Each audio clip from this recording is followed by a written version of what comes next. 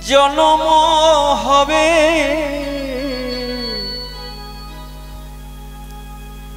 ডাকব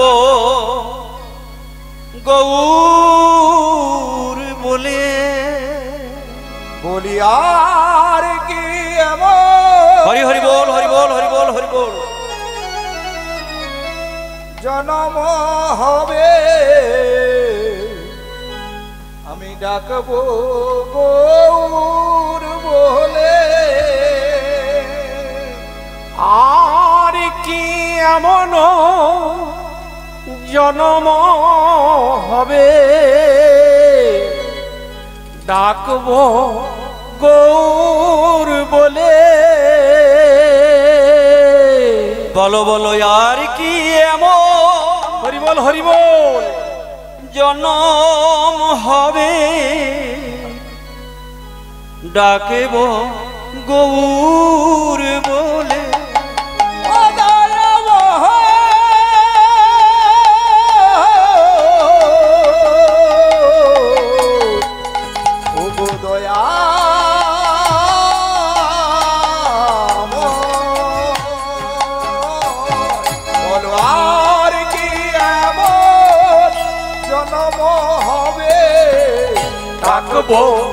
গৌর বলে ডাকবো গো বলে রে মন কাঁদেব গৌর বলে ডাকবো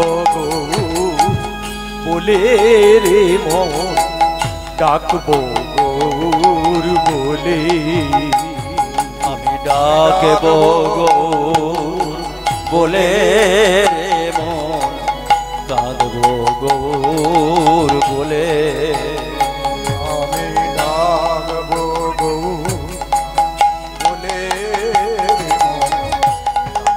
গৌর বলে ওরে ভাই রে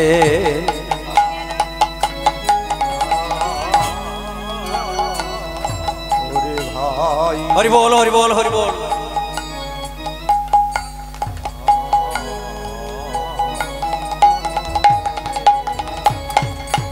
ওরে ভাই রে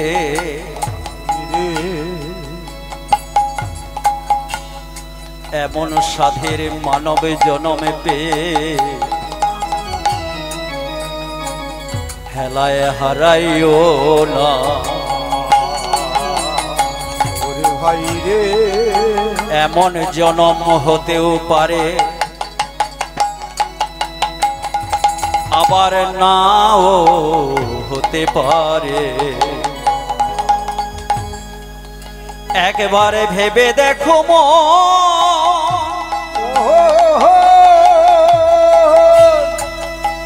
দুর্লভ মনুষ্য দেহ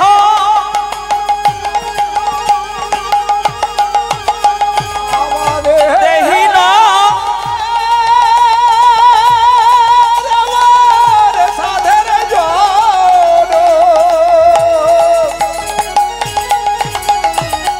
ওরে কোলের যে এই দুর্লভ মনুষ্য দুর্লভ মনুষ্য দেহ দেহ দেহি না ক্ষণভঙ্গুর অনভঙ্গুর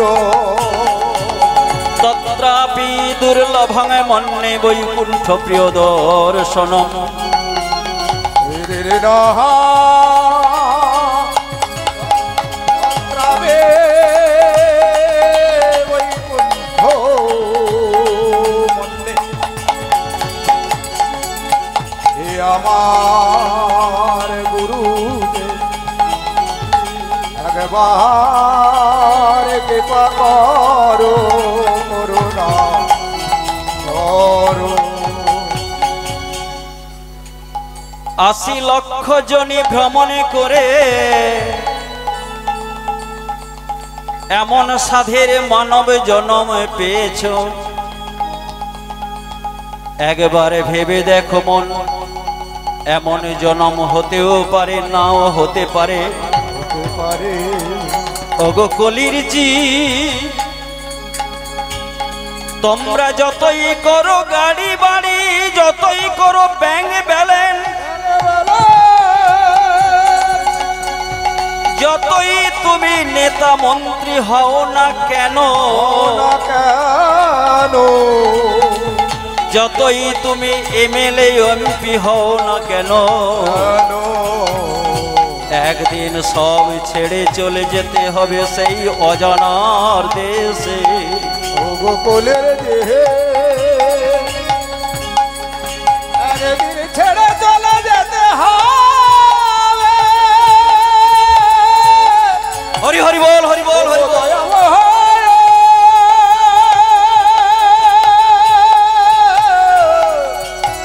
ওগো করুণা, কোথায় রইবে তোমার সেদিন ওই গাড়ি বাড়ি, বাড়ি বাড়ি কোথায় রইবে তোমার টাকা কড়ি, করি সব ছেড়ে চলে যেতে হবে। হবে কিছুই তুমি নিয়ে যেতে পারবে না। তুমি কি নিয়ে এসেছিলে, এসেছিলে তুমি কি নিয়ে ফেরত যাবে? একবার ভেবে দেখো, যেদিন মাতৃগর্ভ থেকে এসেছিলে, সেদিন যেমন তুমি খালি হাতে এসেছিলে, যেদিন তুমি ভব পার হতে চলে যাবে ওই অজানার দেশে,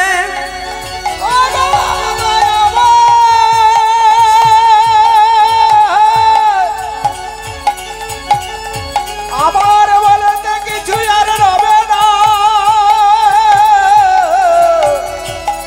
সবে তোমার চরণে সবে দিলাম। একদিন তুমি দিয়েছিলে, সবই তো তোমার, আমার বলেতে কিছু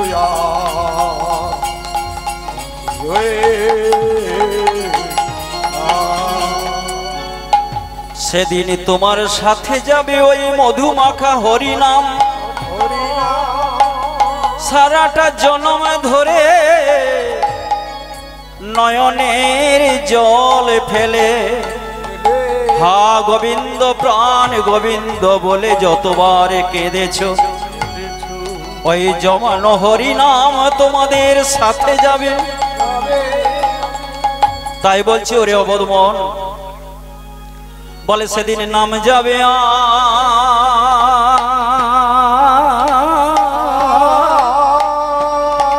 হরি বল, হরি বল। নাম যাবে আর প্রাণ যাবে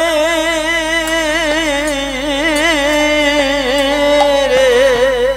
সেদিন নাম যাবে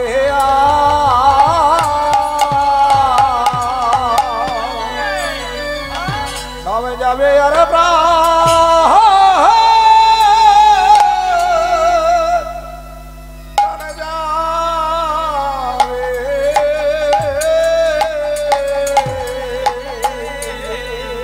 সেদিন নাম যাবে আর প্রাণ যাবে রে। সেদিন নাম যাবে প্রাণ যাবে রে। যেদিন ভব পারে হরি বল, হরি বল। যেতে হবে, সেদিন নাম যাবে আর প্রাণ যাবে রে। যেদিন ভাব হরি হরি বল, হরি বল, হরি। যেতে হবে সেদিন নাম যাবে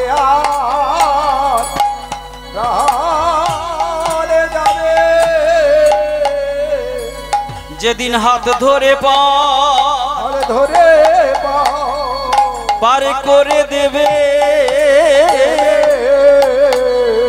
সেদিন নাম যাবে আর প্রাণ যাবে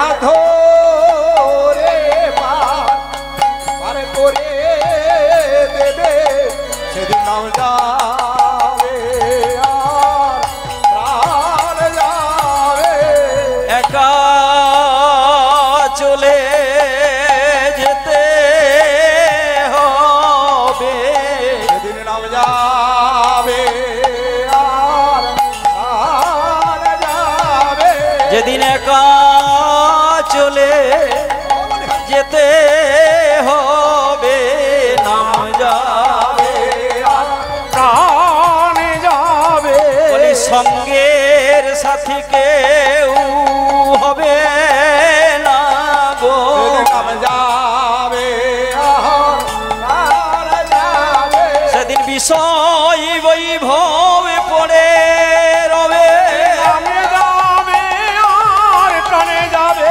সেদিন বিষয় বৈভব পড়ে রইবে নামে যাবে আর প্রাণে যাবে ওরে সঙ্গের সাথে কেউ হবে না গো নামে যাবে আর প্রাণে যাবে যেদিন ভব পারে যেতে হবে নামে যাবে আর প্রাণে যাবে যেদিন হাত ধরে পারে করে দেবে নামে যাবে আর প্রাণে যাবে একবার হৃদয় গৌর হরি হরি বলে হরি বল হরি বল হে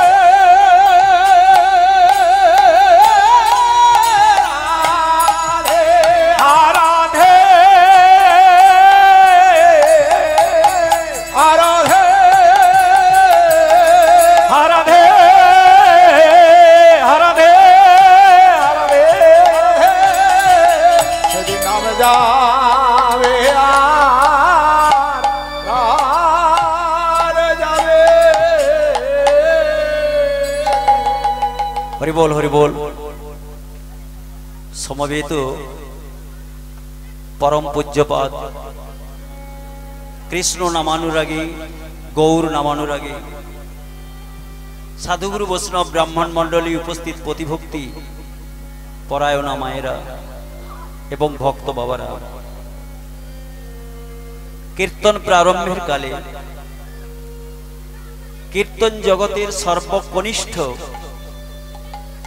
জ্ঞানহীন ভক্তিহীন ভাষাহীন কৃষ্ণ প্রেম ও মাধুর্যহীন এই ক্ষুদ্র কীর্তন সম্প্রদায়ের পক্ষ থেকে সকল ভক্তবৃন্দের চরণে কোটি কোটি দণ্ডবত প্রণাম। হরি বল হরি বল হরি বল এরপর প্রণাম জানাই আমার আদ্যগুরু মাতা পিতার চরণ কমলে এবং শিক্ষাগুরু দীক্ষাগুরুর চরণ কমলে। হরি বল হরি বল। শ্রীকণ্ঠা শিশু শিক্ষা কেন্দ্রের সম্মুখস্থ প্রাঙ্গণে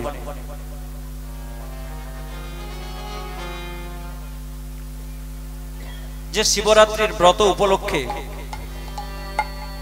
মহতি কীর্তন গানের আয়োজন করা হয়েছে,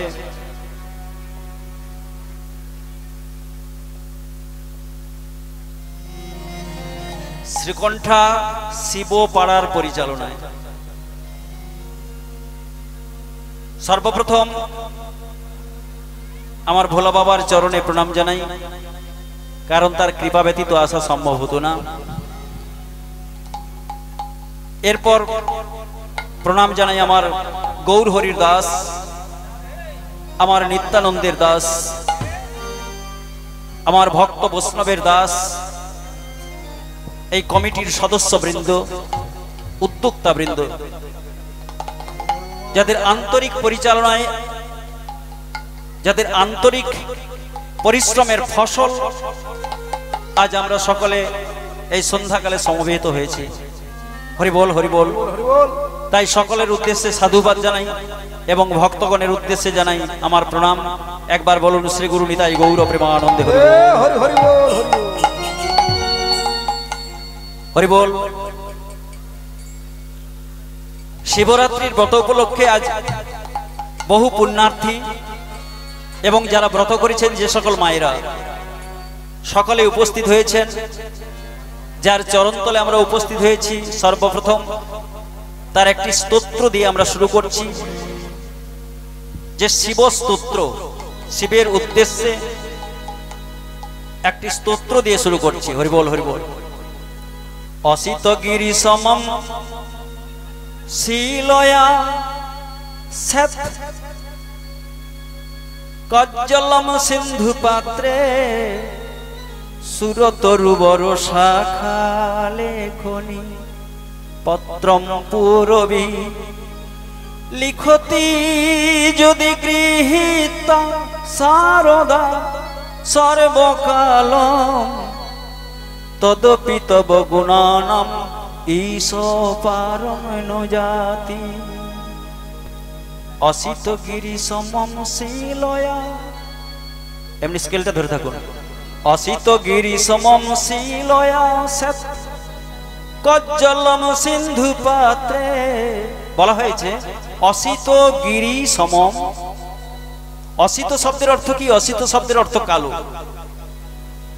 অসিত গিরি, পৃথিবীতে যত কালো কালো পাহাড় আছে, সেই কালো কালো পাহাড়গুলোকে চূর্ণ বিচূর্ণ করে যদি কালি করা যায়, শ্বেত কজ্জলম মানে কালি করা হয়।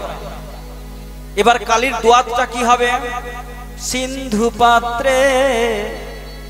পৃথিবীতে আমরা শুনেছি 7টা সাগর আছে, 7টা সমুদ্র। তাহলে পৃথিবীতে যত কালো কালো পাহাড় আছে সেগুলোকে চূর্ণ বিচূর্ণ করে সমুদ্রকে দোয়াত করে তাতে যদি কালিটা তৈরি করা হয়, সুরতরুবর শাখা লেখনি, সুরতরুবর শাখা লেখনি। সুরতরুবর শব্দের অর্থ এক কল্পিত বৃক্ষ, কল্পবৃক্ষ যাকে বলা হয়। আমরা সাধু মুখে শুনেছি, গুরু মুখে শুনেছি, এমন কল্পবৃক্ষ আমরা কেউ দেখিনি যে কল্পবৃক্ষের তলায় দাঁড়িয়ে যা চাওয়া যায় তাই পাওয়া যায়। আবার সেই কল্পবৃক্ষকে যত খুশি ছেদন করা যাক না কেন, অসংখ্য পল্লবিত হয়, তার শাখা গজায়। তাহলে এমন একটি কল্পবৃক্ষের ডালকে যদি কলম করা যায়, সুরতরুবর শাখা লেখনি পত্রম পুরবী, এবং ওই গাছের পাতাগুলোকে যদি কাগজ করা যায়, লিখতি যদি গৃহীত সারদা, লিখতি যদি গৃহীত সারদা, লিখতি মানে লিখে, যদি গৃহীত সারদা শব্দের অর্থ তালবসায়কার র দয়াকার সারদা শব্দের অর্থ দেবী দুর্গা, আর দন্তসায়কার র দয়াকার সারদা শব্দের অর্থ সরস্বতী। তাহলে পৃথিবীর সমস্ত কালো কালো পাহাড়গুলোকে চূর্ণ বিচূর্ণ করে সমুদ্রের জলে গুলিয়ে যদি কালি করা যায়, সুরতরুবরের শাখাকে যদি লেখনি করা যায়, পত্রম পুরবী তার পাতাগুলোকে যদি কাগজ করা যায়, লিখতি যদি গৃহীতা সারদা সর্বকালম, মা সরস্বতী যদি আজীবন অনন্তকাল ধরে লিখতি লিখে থাকেন, তদপি তব গুণানাম, তদপি তব গুণানাম, হে ভোলানাথ, তদপি তবুও তব গুণানাম তোমার গুণের কথা, ঈশং পারো না জাতি, পারং ন জাতি, তবুও তোমার গুণের কথা লিখে শেষ করা যায় না, বর্ণনা করে শেষ করা যায় না। হরি বল। তাহলে শ্লোকটা কি হলো? অসিত গিরি সমম শিলয়া শ্বেত কজ্জলম সিন্ধু পাত্রে সুরতরুবর শাখা লেখনি লিখতি যদি গৃহীত সারদা সর্বকালম তদপি তব গুণানাম ঈশ পারং ন জাতি। হরি বল হরি বল। হে ভোলা মহেশ্বর, হে ভোলানাথ, হে পশুপতি, তবুও তোমার গুণের কথা বর্ণনা করা যায় না। তো এবার আমরা লীলার আগে যাওয়ার আগে যিনি সংকীর্তনের পিতা সেই গৌর হরির কথা একটু আস্বাদন করব, তারপর আমরা লীলায় ফিরে যাব। আজ থেকে প্রায় 537 বছর আগে শ্রীধাম নবদ্বীপে কলিযুগ পাবনাবতারী নবদ্বীপ ইন্দু আমার সচি মায়ের নয়নমণি বিষ্ণুপ্রিয়ার প্রাণধন গৌরহরি অবতীর্ণ হয়েছিলেন। কলির জীবের জন্য তিনি এনেছিলেন নাম। সত্য যুগেও নাম ছিল, ত্রেতা যুগেও নাম ছিল, দাপর যুগেও নাম ছিল, অধুনা কলিযুগে নাম আছে। কিন্তু শ্রীমন মহাপ্রভু কলিযুগে নামের সঙ্গে আনলেন কি না প্রেম। যে প্রেমটা অন্য যুগে ছিল না। সত্য যুগে নাম ছিল কিন্তু প্রেম ছিল না। ত্রেতা যুগে নাম ছিল কিন্তু প্রেম ছিল না। দাপর যুগে নাম ছিল কিন্তু প্রেম ছিল কেবলমাত্র শ্রীধাম বৃন্দাবনে গোপীগণের মধ্যে সীমাবদ্ধ। কিন্তু অধুনা কলিযুগে শ্রীমন মহাপ্রভু সমস্ত কলির জীবের দ্বারে দ্বারে নাম সহ প্রেম বিলায় দিলেন। তিনি বললেন, ওগো কলির জীব, আমি তোমাদের জন্য দ্বারে দ্বারে নাম বিলায়ে দিচ্ছি, তোমরা তোমাদের হাতে ধরি পায়ে ধরি তোমরা সেই নামকে গ্রহণ করো। কিন্তু আমরা তো কলির জীব, আমরা বড় চালাক ব্যক্তি, প্রত্যেকটা জিনিসের আগে লাভ ক্ষতিটার হিসাব করে নি। তাই প্রভুকে প্রশ্ন করলাম, ওগো গৌর হরি, তুমি তো বলছো তোমার নাম নিতে, কিন্তু নাম নিলে আমাদের কি লাভ হবে, নাম নিলে কি উপকার হবে, আমরা ওই নামটা গ্রহণ করব কেন? গৌর হরি বললেন, ওগো জীব, তোমাদের জন্য নাম এনেছি, তোমরা গ্রহণ করো, লাভ ক্ষতির হিসাব করো না, ফলের বিচার করো না। আজ হয়তো এই নামের উপকারিতা তোমরা বুঝতে পারছো না, আজ হয়তো এই নামের ফলাফল তোমরা বুঝতে পারছো না, কিন্তু একদিন এমন সময় আসবে যেদিন তোমাদের ওই হরিনামের দেশে যাওয়ার সময় হবে, সেদিন তোমাদের এই নাম কাজে লাগবে। নতুন করে হরিনামকে আশ্রয় করতে হবে না। সারাটা জীবন ধরে নয়ন জলে বুক ভাসে হা গোবিন্দ প্রাণ গোবিন্দ বলে যতবার ডেকেছো, ওই জমানো কৃষ্ণ নাম, জমানো হরিনাম তোমাদের দুটি হাত ধরে সেই হরিনামের দেশে নিয়ে যাবে। নিতাই গৌর প্রেমানন্দে হরি বল। নামের ফলে কি কাজ হয়, নামের ফলে কি লাভ হয়, না ত্রিতাপ জ্বালা দূরীভূত হয়। একটা হলো আধ্যাত্মিক, 2 নম্বর হলো আদি ভৌতিক, আর 3 নম্বর হলো আদি দৈবিক। আধ্যাত্মিক জ্বালা কোনটা? প্রত্যেকটা জীব কিন্তু ত্রিতাপ জ্বালায় আমরা দগ্ধ হচ্ছি। আধ্যাত্মিক জ্বালা কোনটা? না যেটা আমার আপনার প্রত্যেকের নিজের দেহ থেকে সৃষ্টি, শরীর থেকে সৃষ্টি। যেমন কি রোগ, শোক, জরা, ব্যাধি, মৃত্যু, এটা তো প্রত্যেকটা জীবের আছে। জন্মালে মরিতে হবে, অমরকে কথা কবে, চিরস্থির কবে নির্হায় রে জীবন নদী। জন্মগ্রহণ করলে মরতে হবে, এটা আধ্যাত্মিক জ্বালা। আদি ভৌতিক জ্বালা কোনটা? যেটা আপনার দ্বারা সৃষ্ট নয়, অন্য একজন আপনার উপর জোর করে চাপিয়ে দিচ্ছে। সেটা কেমন? প্রতিবেশীর সঙ্গে বিবাদ, বাস্তু জমি নিয়ে বিবাদ, রাজনৈতিক কলহ, এইগুলো হলো আদি ভৌতিক। আর আদি দৈবিক জ্বালা কোনটা? না যে জ্বালাটা আমার আপনার দ্বারা সৃষ্ট নয়, দৈবের অধীন। সেটা কি? বজ্রপাত, ভূমিকম্প, ঘূর্ণিঝড়, মহামারী, এগুলো হলো আদি দৈবিক, দৈবের অধীন। প্রত্যেকটা মানুষ এই 3টা জ্বালার দ্বারা দগ্ধীভূত হচ্ছে। তাহলে কি এই জ্বালা থেকে মুক্তির কোনো উপায় নেই? এই উপায়টা জিজ্ঞাসা করেছিলেন কে? সনাতন গোস্বামী প্রভুপাদ। একটু জেনে রাখা ভালো যে সনাতন গোস্বামী কে ছিলেন। না যে সময় মহাপ্রভু আবির্ভূত হয়েছিলেন সেই সময় বাংলার নবাব ছিলেন হোসেন শাহ, আর সনাতন গোস্বামী ছিলেন হোসেন শাহের প্রধানমন্ত্রী। একজন মুসলমান নবাবের অধীন একজন হিন্দু ব্রাহ্মণ প্রধানমন্ত্রী হবে, এটা কিন্তু ঘোরতর ইসলাম বিরোধী ছিল।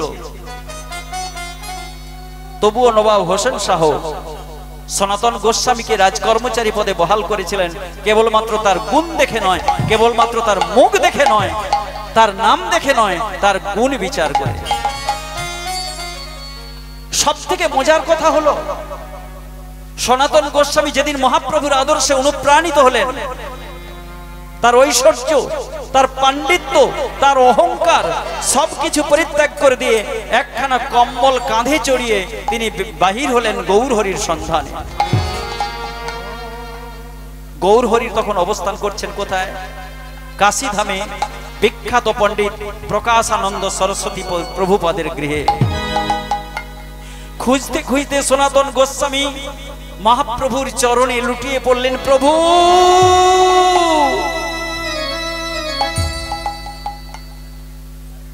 মহাপ্রভু বললেন, সনাতন তুমি এসেছো, এতদিনে তোমার আসবার সময় হলো। আমি যে কতদিন থেকে তোমার আশা পথ চেয়ে বসে আছি সনাতন। আচ্ছা সনাতন, তুমি এত কিছু পরিত্যাগ করলে, ঐশ্বর্য পরিত্যাগ করলে, রাজ আভিজাত্য পরিত্যাগ করলে, কিন্তু কম্বলখানা ত্যাগ করতে পারলে না। তুমি কম্বলখানা নিয়ে এসেছো। সনাতন গোস্বামী লজ্জিত হলেন, কম্বলখানাকে ছুঁড়ে ফেলে দিলেন।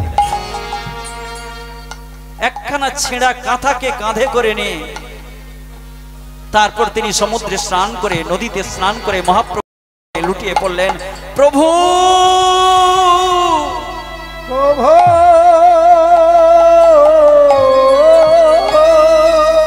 প্রভু তিনখানা প্রশ্নের উত্তর আমি কুড়ে কুড়ে খাচ্ছি, তিনখানা প্রশ্নের উত্তর আমি খুঁজে পাচ্ছি না, দয়া করে তিনখানা প্রশ্নের উত্তর আমায় বলে দিন। মহাপ্রভু বললেন, সনাতন তোমার কি তিনখানা প্রশ্ন? প্রশ্নগুলো আমায় এক এক করে বলো। সনাতন গোস্বামী বললেন, প্রভুপাদ আমার প্রথম প্রশ্ন, আমি কে? আমি কে? আমি কে? সনাতন গোস্বামী প্রথম প্রশ্ন করলেন, আমি কে? যে সনাতন গোস্বামী হোসেন শাহের প্রধানমন্ত্রী ছিলেন, তিনি কি জানতেন না যে আমি কে, আমার পরিচয়টা কি, সনাতন গোস্বামীর পরিচয় কি, বাবার নাম কি? তবুও সনাতন গোস্বামী মহাপ্রভুর কাছে জানতে চাইলেন, প্রভু আমি কে? এই যে বাহ্যিক পরিচয়, এটা আমার পরিচয় নয়, আমার আসল পরিচয় কি? আমি কে, কেন মরে যারে তা পত্র যারে তা পত্র নাহি জানি, কেমন এতে এই জীবের হিত হৃদয় গৌর প্রেমানন্দ হরি বল।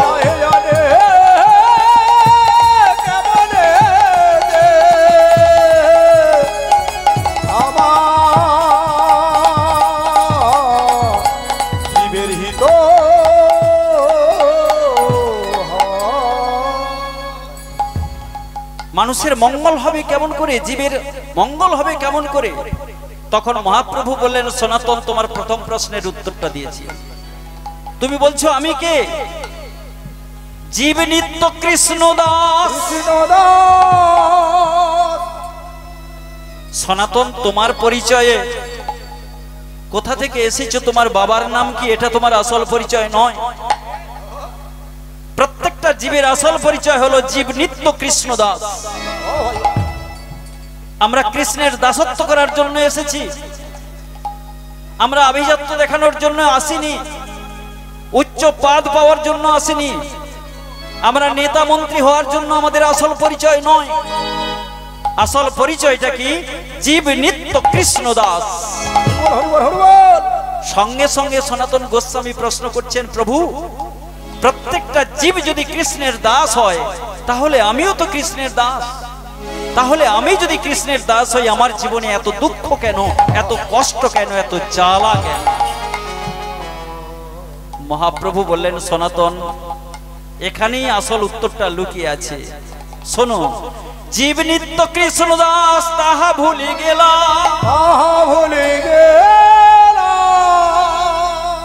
সে কারণে মায়ায় আসি গোলাতে বাঁধিলা। গোলাতে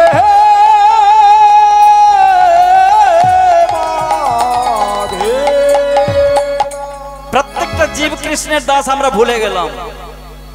যতদিন পর্যন্ত মাতৃগর্ভে ছিলাম, মাতৃ জঠরের মধ্যে ছিলাম, নারীর বন্ধনে ছিলাম, কষ্ট পেয়ে গোবিন্দের কাছে বলেছিলাম, হে গোবিন্দ, মাতৃ জঠরের বাইরে গিয়ে তোমার নাম গুণগান করব, মাতৃ জঠরের বাইরে বের করে দাও। ততদিন পর্যন্ত মনে ছিল। কিন্তু হায় রে, মাতৃগর্ভ থেকে মুক্তি পেয়ে আমরা সবই ভুলে গেলাম। ভুলে গেলাম ওই বলা কথাটাই আমরা মনে রাখতে পারলাম না। সেই গোবিন্দের সঙ্গে আমরা কোনো সম্বন্ধ করলাম না, অথচ বাহ্যিক এই জগতে কতই আত্মীয় করলাম, আত্মীয় করলাম, কত ইষ্ট কুটুম্ব পাতালাম, কত ধর্ম বন্ধু, কত ধর্ম ভাই, কত ধর্ম বাবা, কত ধর্ম মা করলাম। কিন্তু যার সঙ্গে সম্বন্ধ রাখলে, যার সঙ্গে বন্ধুত্ব করলে আত্মার মুক্তি ঘটবে, তাকে ভুলে গেলাম। ভুলে গেলাম।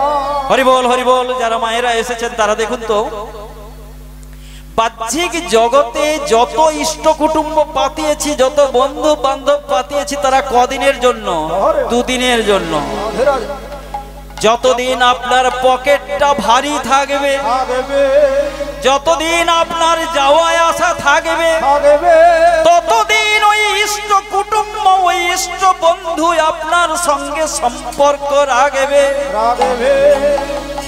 কিন্তু যেদিন আপনি শয্যাশায়ী হয়ে যাবেন, যেদিন পকেটের ভার কমে যাবে, যেদিন বাহুবল লোকবল কমে যাবে, সেদিন কোথায় রইবে ওই ধর্ম ভাই, কোথায় রইবে ওই ধর্ম বোন, কোথায় রইবে ওই বন্ধু বান্ধব? সবাই পাশ কাটিয়ে চলে যাবে। হরিবল হরিবল। যতদিন পকেটটা ভার থাকবে দেখবেন চায়ের দোকানে অনেকে দাদা দাদা বলে ঘুরবে। কিন্তু যেদিন শয্যাশায়ী হয়ে যাবেন, যেদিন চলবার মতো শক্তি থাকবেন না, যারা উঠতে দাদা বসতে দাদা বলতো, সেদিন তাদেরকে ডাকলেও আপনার কাছে আসবে না। হরিবল হরিবল। ও তোর সোনা রঙ্গ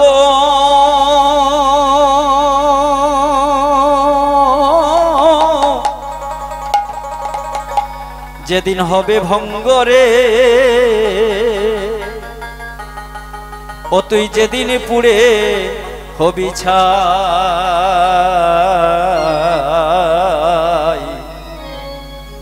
ওই নীল আকাশে যাবি উড়ে, কয়লারে ধোঁয়ায়। নীল আকাশে যাবি উড়ে, কয়লারে ধোঁয়ায়।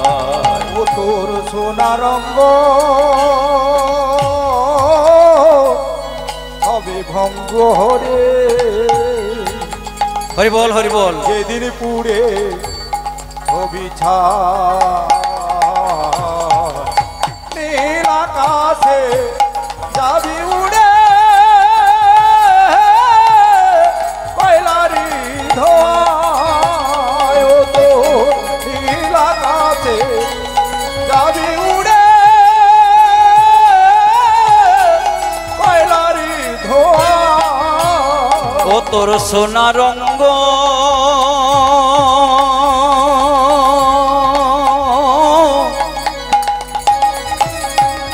হবে ভঙ্গ রে, ভঙ্গ রে। যেদিন পুড়ে হবি ছাই। ও তোর নীল আকাশে যাবি উড়ে, কয়লারি ধোঁয়ায়। ও তোর নীল আকাশে যাবি উড়ে, কয়লারি ধোঁয়ায়। পুড়বে অঙ্গ খুঁচে খুঁচে। হরিবল হরিবল। যেদিন দেহ থেকে প্রাণবায়ুটা বেরিয়ে যাবে, ওই প্রাণহীন দেহটাকে খোঁচা মেরে মেরে পোড়ানো হবে। জ্বালবে অঙ্গ খুঁচে খুঁচে, মারবে বাড়ি হাড়ের গিঠে রে। ও তোর জ্বালবে অঙ্গ খুঁচে খুঁচে মারবে বাড়ি হাড়ের গিঠে রে। ও তোর পিঠের চামড়া যাবে জ্বলে, তোর পিঠের চামড়া যাবে জ্বলে, ও তোর পিঠের চামড়া যাবে জ্বলে, তোর পিঠের চামড়া যাবে জ্বলে। হাত বুলাবে কে তোর গা। নীল আকাশে হরি হরি বল, হরি বল। কয়লারি ধোঁয়ায় ও তোর নীল আকাশে যাবি উড়ে কয়লারি ধোঁয়া। ও তোর সোনা রঙ্গ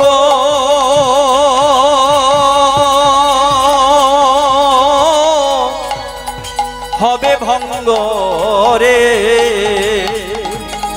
ও তুই যেদিন পুড়ে হবে ছাই।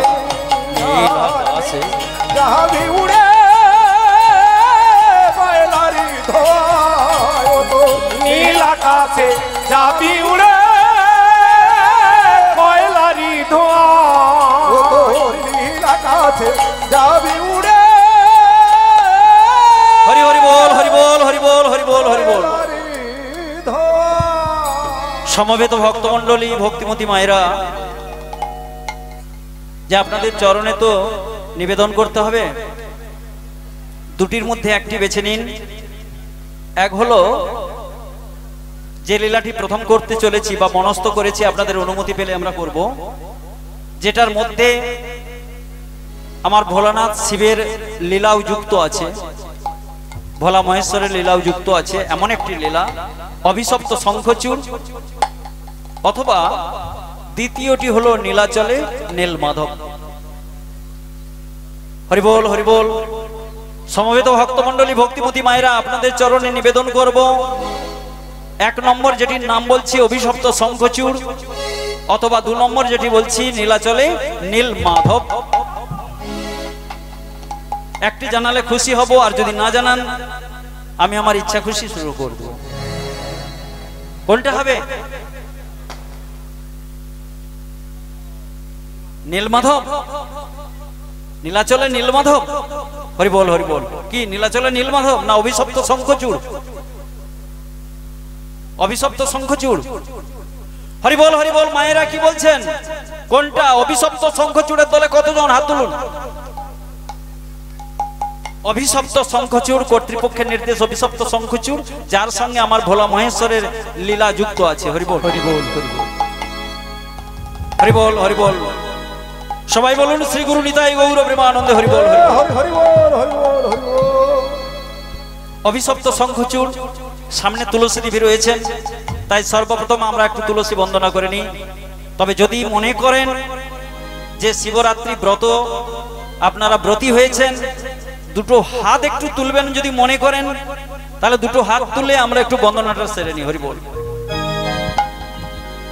ওগো নমো নমো তুলসী। হাত উঠবে? উঠবে না, এইভাবে তালি মারলে হবে না, হাত দুটো তুলতে হবে। ওগো নমো নমো তুলসী, কৃষ্ণ প্রেয়সী, রাধা কৃষ্ণের সেবা পাবো এই অভিলাষী। আরে নম নম তুলসী, কৃষ্ণ প্রেয়সী, রাধা কৃষ্ণের সেবা পাবো এই অভিলাষে। নমো নমো তুলসী, কৃষ্ণ প্রেয়সী, রাধা কৃষ্ণের সেবা পাবো এই অভিলাষে। নম নম তুলসী। হাতগুলো নেমে গেল কেন? হরি বল। রাধা কৃষ্ণের সেবা পাবো এই অভিলাষে। নমো নমো তুলসী, কৃষ্ণ প্রেয়সী, রাধা কৃষ্ণের সেবা পাবো এই অভিলাষে। আরে নম নম তুলসী, কৃষ্ণ প্রেয়সী, রাধা কৃষ্ণের সেবা পাবো এই অভিলাষে।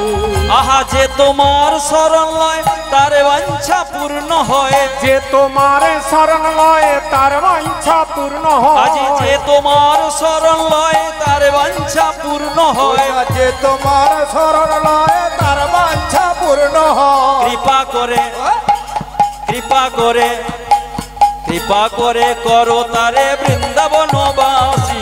নম নম তুলসী কৃষ্ণ পেয়সী, রাধা কৃষ্ণের সেবা পাবো এই অভিলাষী। নম নম তুলসী কৃষ্ণ পেয়সী, দুটি হাত তুলে হরিবল। নম নম তুলসী কৃষ্ণ প্রেয়সী, রাধা কৃষ্ণ সেবা পাবো এই অভিলাষী। নম তুলসী কৃষ্ণ পেয়সী, রাধা কৃষ্ণের সেবা এই অভিলাষী। বলিয়ে তুলসী মহারানী কি জয়।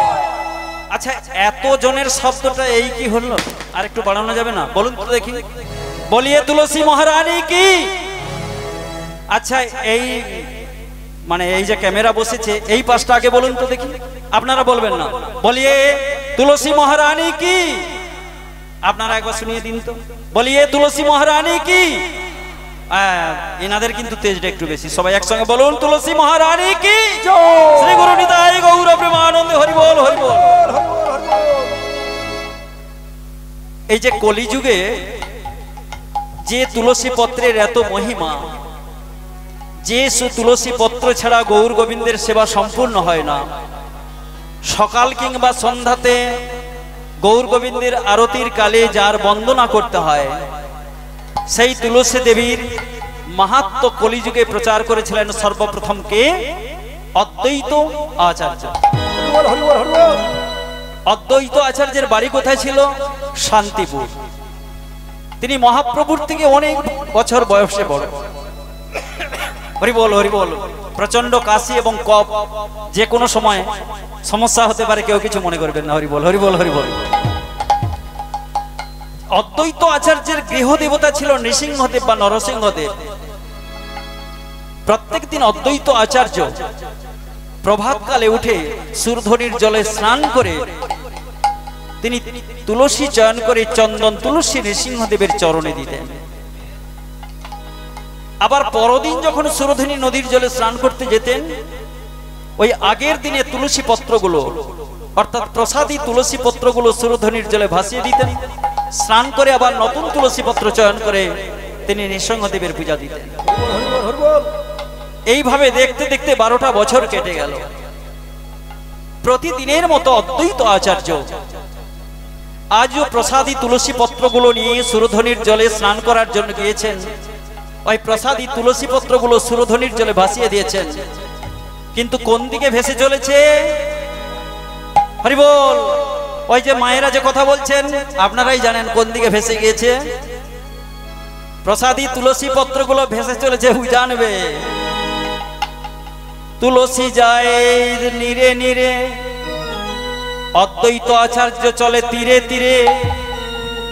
ওই তুলসী পত্রটা জলে উজানবে সুরধনীর জলে চলেছে কোন দিকে? নবদ্বীপের ঘাটের দিকে। আর ওই তুলসী পত্র লক্ষ্য করে অদ্বৈত আচার্য নদীর পাড় ধরে চলেছেন। দেখা গেল তুলসী পত্রটা ভাসতে ভাসতে নবদ্বীপের ঘাটে আপনাদের মতো অসংখ্য মায়েরা স্নান করছেন। তার মধ্যে একজন মা স্নান সেরে মাথায় ঘোমটা দিয়ে অঞ্জলি ভরে জল নিয়ে ওই সূর্যদেবকে অর্ঘ্য দিচ্ছেন। তিনি জানতেও পারলেন না যে তুলসী পত্রটা এসে তার চারপাশে প্রদক্ষিণ করছে। ওই মা সূর্যদেবকে অর্ঘ্য দেওয়ার পরে এক গণ্ডূষ জল তুলে নিলেন। নিজের অজান্তে তুলসী পত্র ওই গণ্ডূষ জলের মধ্যে চলে এলো। মা জলটা পান করলেন, সেবা করলেন, তুলসীটা মায়ের উদরে প্রবেশ করলো। ওই মাকে, উনি আর কেউ নন, শ্রীধাম নবদ্বীপে জগন্নাথ মিশ্রের ঘরণী শচী ঠাকুরানী। অদ্বৈত আচার্য দেখলেন যে এই মায়ের গর্ভে তুলসী প্রবেশ করেছে। তিনি বুঝতে পারলেন প্রভুর আসার সময় হয়ে গেছে, কিন্তু এ কথাটা কাকে জানাবো? অদ্বৈত আচার্য মনে মনে ভাবলেন যে শচী মায়ের বাবা অর্থাৎ নীলাম্বর চক্রবর্তীকে জানানো দরকার। তাই ছুটিতে ছুটিতে প্রভু সেই দিকে ধায়, ছুটিতে প্রভু সেই দিকে ধায় ছুটিতে ছুটিতে প্রভু সেই দিকে ধায়, ছুটিতে ছুটিতে প্রভু সেই দিকে ধায়, সম্মুখেতে নীলাম্বরে দেখিবারে পায়। ও বসার মুখেতে নিলাম পরে দেখিবারে পায়, ওই না সম্মুখেতে নীলাম্বরে দেখিবারে পায়। সম্মুখেতে নিলাম পরে দেখিবারে পায়। অদ্বৈত আচার্য ছুটতে ছুটতে দেখতে পেলেন সামনে দাঁড়িয়ে আছে নীলাম্বর চক্রবর্তী। নীলাম্বর চক্রবর্তী বলছে, আহে ওরে, তুমি তো শান্তিপুরের ছেলে, তুমি নবদ্বীপে কেন এসেছো? অদ্বৈত আচার্য বললেন, চক্রবর্তী মশাই, আমার মনে হয় আপনার কন্যা শচীর উদরে মদন মোহন প্রকাশ হতে চলেছে, আপনি নজরে রাখবেন। দেখতে দেখতে 9, 10, 11, 12, 13 অতিক্রম হয়ে গেল। শ্রীমন মহাপ্রভু জন্ম নিলেন শচীর উদরে। হরিবোল হরিবোল। তাহলে তুলসীর প্রথম মাহাত্ম্য কে প্রচার করেছিলেন? অদ্বৈত আচার্য। তাই আমরা সেই তুলসীর অবলম্বনে, যে তুলসীর এত মাহাত্ম্য, সেই তুলসী প্রকৃতপক্ষে কে এটা আমরা জানব। হরিবোল। শালগ্রাম শিলার উৎপত্তি কোথা থেকে, শালগ্রাম শিলার উপরে তুলসী দিতে হয় কেন তাও জানবো। পাঞ্চজন্য শঙ্খ, যেটা কৃষ্ণের হাতে থাকে পাঞ্চজন্য শঙ্খ, সেই পাঞ্চজন্য শঙ্খের উৎপত্তি কোথা থেকে তা আমরা জানবো। আর কি না, এই শঙ্খদগ অর্থাৎ শঙ্খের বাড়ি, শঙ্খের জল ছিটানো হয় না পূজা পার্বণের পরে, শঙ্খদগ অর্থাৎ শঙ্খের বাড়িটা এত পবিত্র কেন? প্রতিদিন সন্ধ্যাকালে মঙ্গল ধ্বনি রূপে শঙ্খের ধ্বনি কেন সূচিত হয়? মায়েদের হাতে শঙ্খ বলয় কেন পরিধান করে? আমরা সব উত্তরগুলো জেনে নেব এই লীলার মাধ্যমে, যদি একটু মন দিয়ে আপনারা শোনেন। হরি বল হরি বল। শ্রী গুরু নিতাই গৌর প্রেমানন্দে হরি বল হরি বল হরি বল হরি বল। এই যে তুলসী যার এত মাহাত্ম্য, গৌর গোবিন্দের সেবা সম্পূর্ণ হয় না যে তুলসী পত্র ছাড়া। এই তুলসী প্রকৃতপক্ষে কে না, গোলক বৈকুণ্ঠে রাধারানীর প্রিয় সখী পদ্মাবতী। পদ্মাবতী যে লীলাটাই আমরা শ্রবণ করব,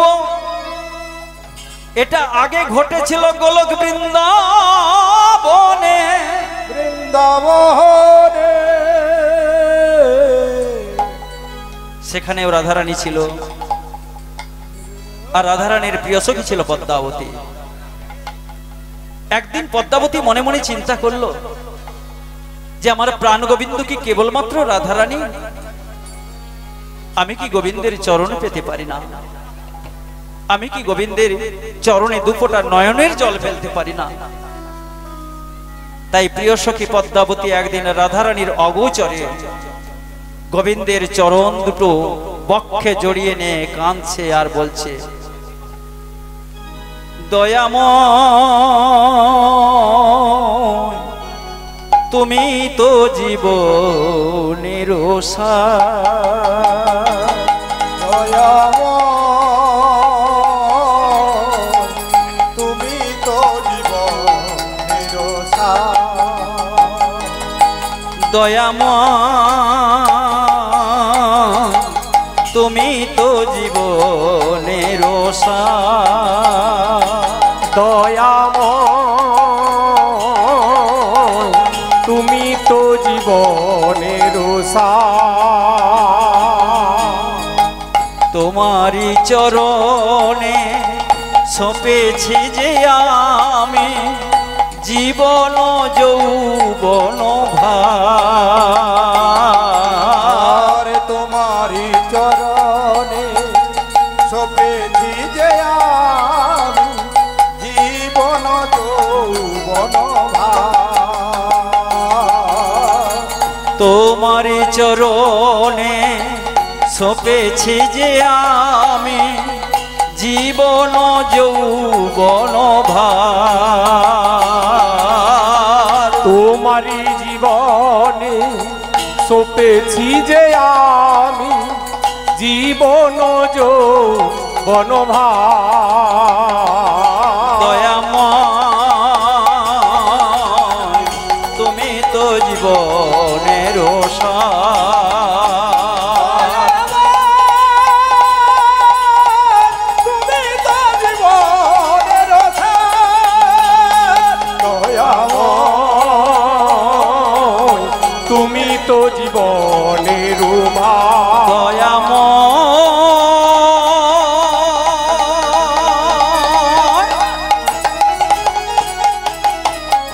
দয়াময়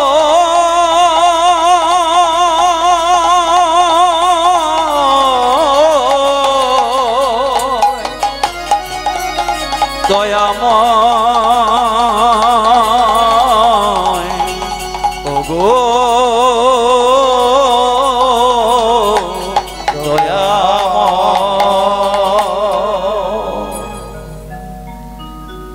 এমন সময় রাধারানী জানতে পারলেন যে তার প্রিয় সখী পদ্মাবতী গোবিন্দের চরণ দুখানা জড়িয়ে পড়ে আছে। রাধারানী ছুটতে ছুটতে আসছে, পদ্মা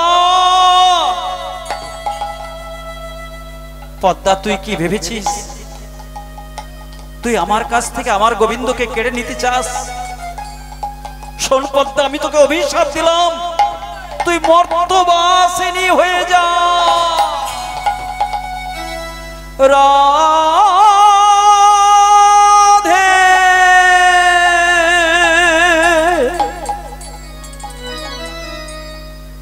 এমন কথা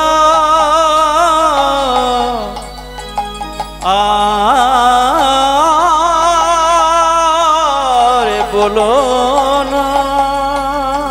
ও রাধে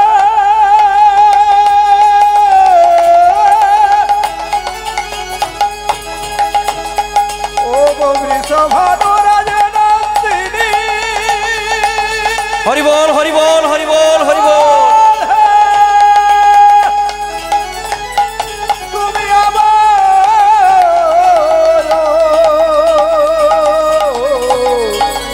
অমর কথা আর বলো না। পদ্মাবতী বলছে, হে দয়াময়, যে তোমার চরণ পেতে চায়, যে তোমার চরণের নয়নের জল বর্ষণ করে, যে তোমার চরণ সান্নিধ্য হৃদয় দিয়ে লাভ করতে চায়, তাকে তুমি কেন এত দুঃখ দাও, এত ব্যথা দাও দয়াময়?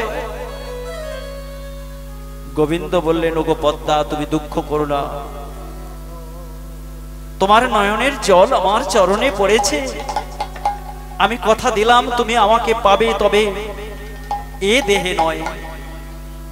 যেদিন মর্তের মাটিতে তুমি বৃক্ষরূপে বিরাজিত হবে, সেদিন তুমি আমার চরণ লাভ করবে। শোনো, তোমার জন্ম হবে মর্ত